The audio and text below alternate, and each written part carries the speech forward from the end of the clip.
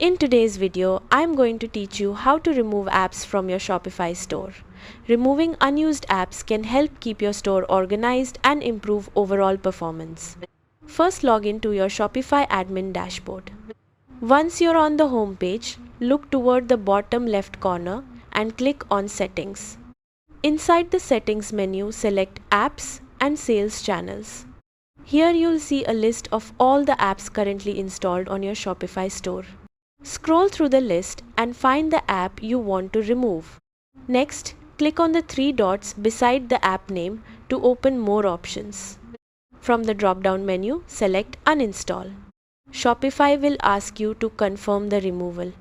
Click Uninstall again to permanently delete the app from your store.